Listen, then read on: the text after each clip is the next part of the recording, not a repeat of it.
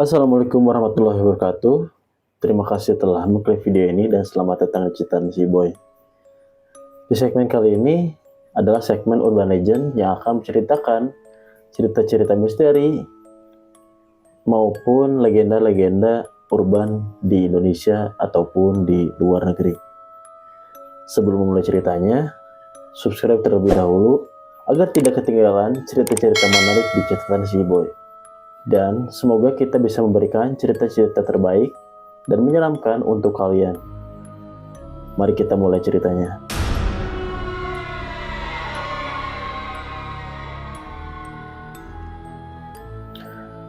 Babi ngepet itu adalah salah satu legenda yang sangat terkenal di Indonesia, khususnya di daerah Pulau Jawa, yang menceritakan tentang seseorang yang menggunakan ilmu hitam untuk mendapatkan kekayaan dengan cara mengubah dirinya menjadi seekor babi.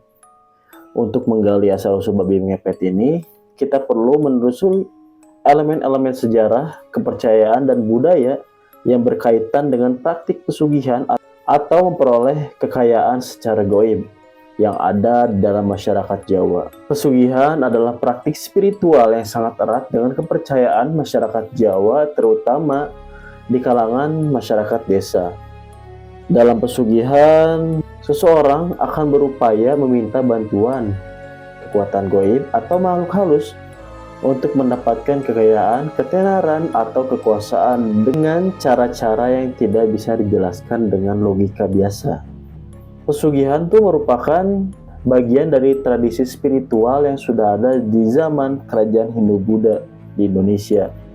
Pada masa itu, banyak kerajaan yang tergantung kepada dukun atau orang yang dianggap memiliki kemampuan supranatural untuk memperoleh kekayaan atau kemenangan dalam peperangan. Selama masa penjajahan Belanda, banyak orang yang merasa tertekan secara ekonomi dan sosial, dan praktik pesugihan ini menjadi cara untuk meraih kebebasan finansial. Kepercayaan ini tuh terus berkembang hingga zaman modern. Nah, cerita babi ngepet sendiri itu berasal dari keyakinan bahwa seseorang bisa menggunakan ilmu hitam untuk berubah bentuk menjadi seekor babi untuk mencuri harta benda orang lain. Wujud babi itu dipilih karena dianggap sebagai hewan yang memiliki kemampuan untuk bergerak tanpa menarik perhatian. Babi juga seringkali dihubungkan dengan karakteristik binatang yang licik dan mudah untuk menyerang tanpa terlihat. Sebenarnya itu banyak versi-versi tentang legenda babi ngepet ini, tapi yang paling terkenal tuh legenda dari tanah Jawa di Jawa Tengah. Babi ngepet tanah Jawa itu merupakan salah satu versi yang paling terkenal di Indonesia.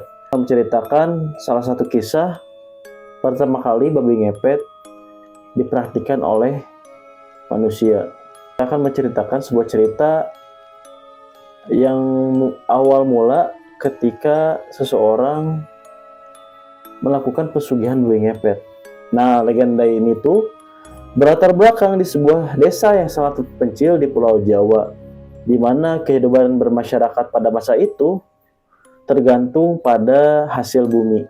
Para warga desa itu ada salah satu petani miskin yang bernama Kasan, yang hidup bersama istrinya Surti.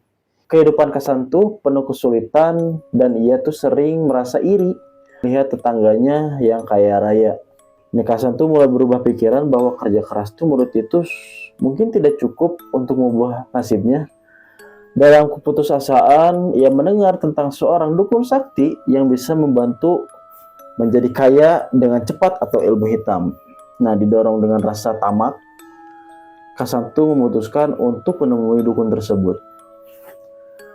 Setelah bertemu dengan dukun tersebut, Kasan tuh diberitahu bahwa untuk menjadi kaya, ia harus menjalani ritual pesugihan babi ngepet. Dan sang dukun pun menjelaskan bahwa Kasan tuh harus menjalani ritual di malam hari di tempat keramat.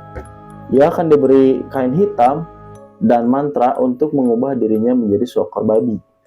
Dalam wujud babi, ia akan mampu menyelinap ke rumah-rumah warga untuk mencuri harta benda secara gaib.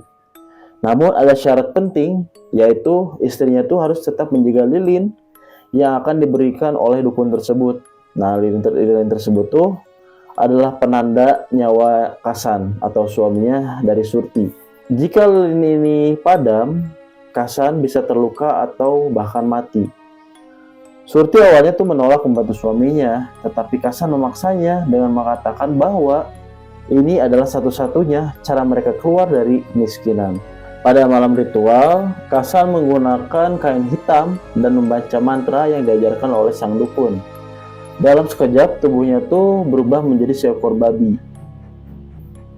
Babi yang sangat besar berwarna gelap. Surti yang menjaga lilin tersebut di rumahnya hanya bisa berdoa agar suaminya segera kembali dengan selamat. Kasan dalam wujud seekor babi menyelinap ke rumah-rumah warga dengan kemampuan goibnya. Ia berhasil mencuri uang dan perhiasan tanpa ketahuan. Namun salah satu warga mulai mencurigai karena mendengar suara gaduh di rumahnya. Ia melihat bayangan babi besar melintas di pekarangannya. Kemudian warga desa segera berkumpul untuk membawa obor serta tongkat untuk mengejar babi tersebut. Kasan berlari sekuat tenaga, mencoba menghindari kejaran mereka. Namun lilin di tangan Surti itu hampir padam karena angin kencang yang masuk melalui celah jendela. Jika lilin ini mati, apa yang terjadi pada Kasan? Pikir Surti dengan panik. Ia mencoba melindungi lilin itu dengan tangannya yang gemetar. Kasan yang kelelahan akhirnya terpojok oleh warga. Mereka memukuli babi tersebut dengan tongkat hingga babi itu roboh dan mengerang kesakitan. Ketika lilin di rumah Surti akhirnya padam, tubuh Kasan yang dalam wujud babi berubah kembali menjadi manusia. Warga desa tersebut melihat tubuh Kasan tergeletak penuh luka di tempat babi itu jatuh. "Apa yang telah kau lakukan, Kasan?" tanya salah seorang warga dengan nada marah. Kasan tidak mampu menjawab. Ia meninggal akibat pukulan dari warga. Surti pun datang berlari dengan air mata yang bercucuran, tetapi semuanya sudah terlambat. Setelah kejadian ini, desa tersebut gempar. Warga menyadari bahwa keserakahan akan ilmu hitam seperti babi ngepet hanya akan membawa kehancuran.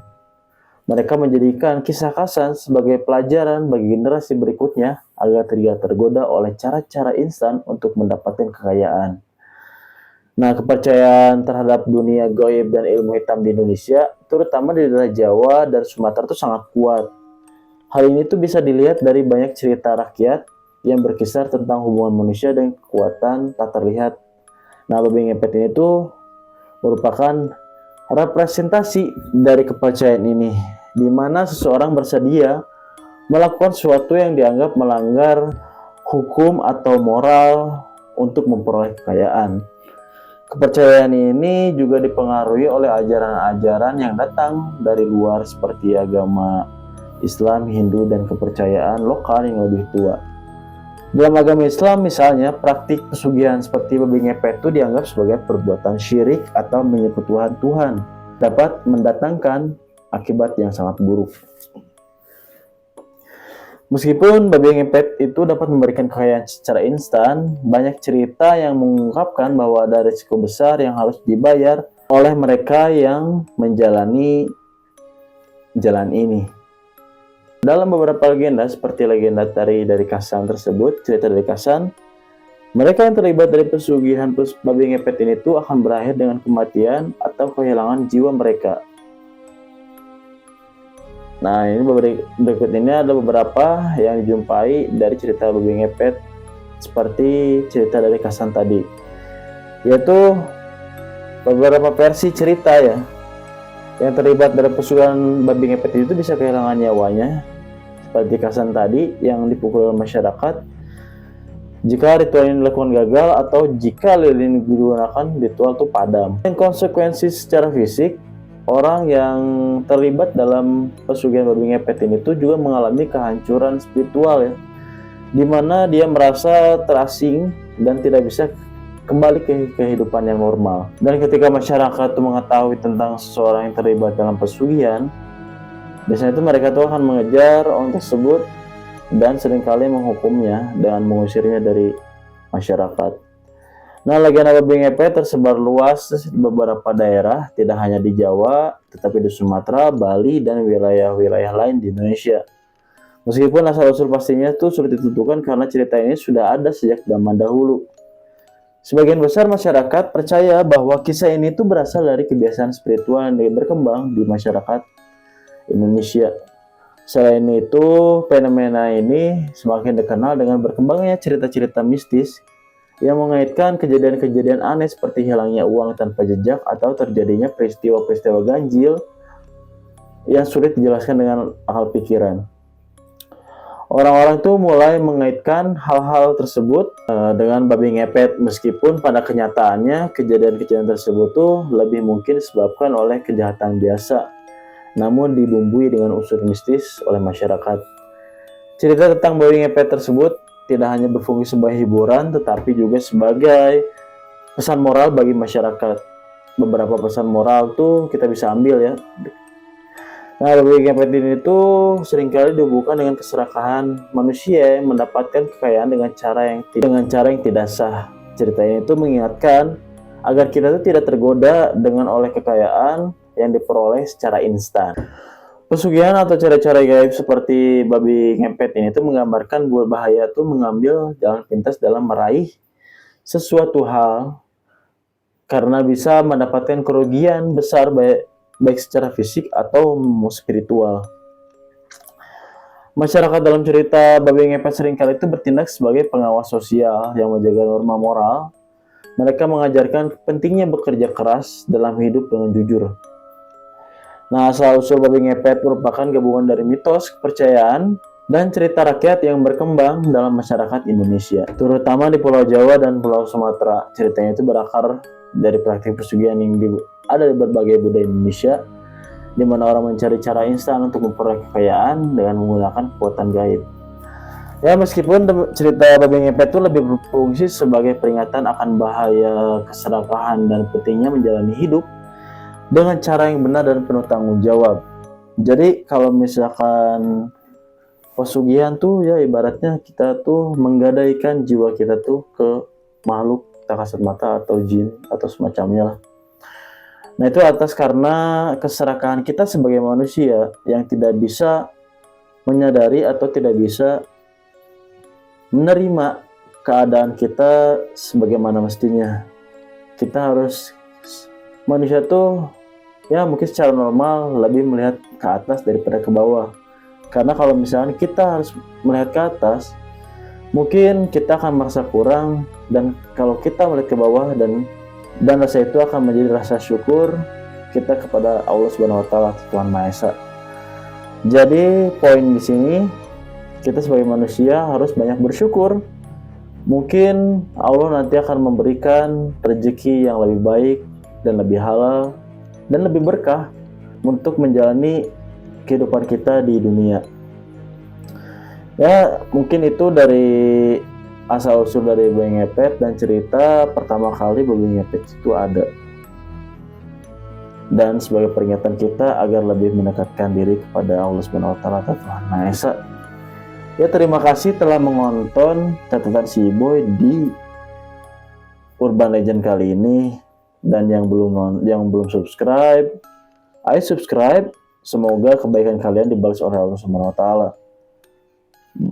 Baik, kalau begitu saya pamit dan saksikan episode selanjutnya di catatan si Boy. Assalamualaikum warahmatullahi wabarakatuh.